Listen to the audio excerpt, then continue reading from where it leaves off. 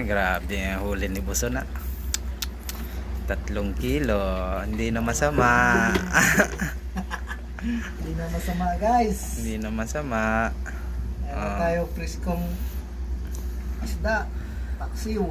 Paksiw. Oh, diba? Hindi na masama, baby.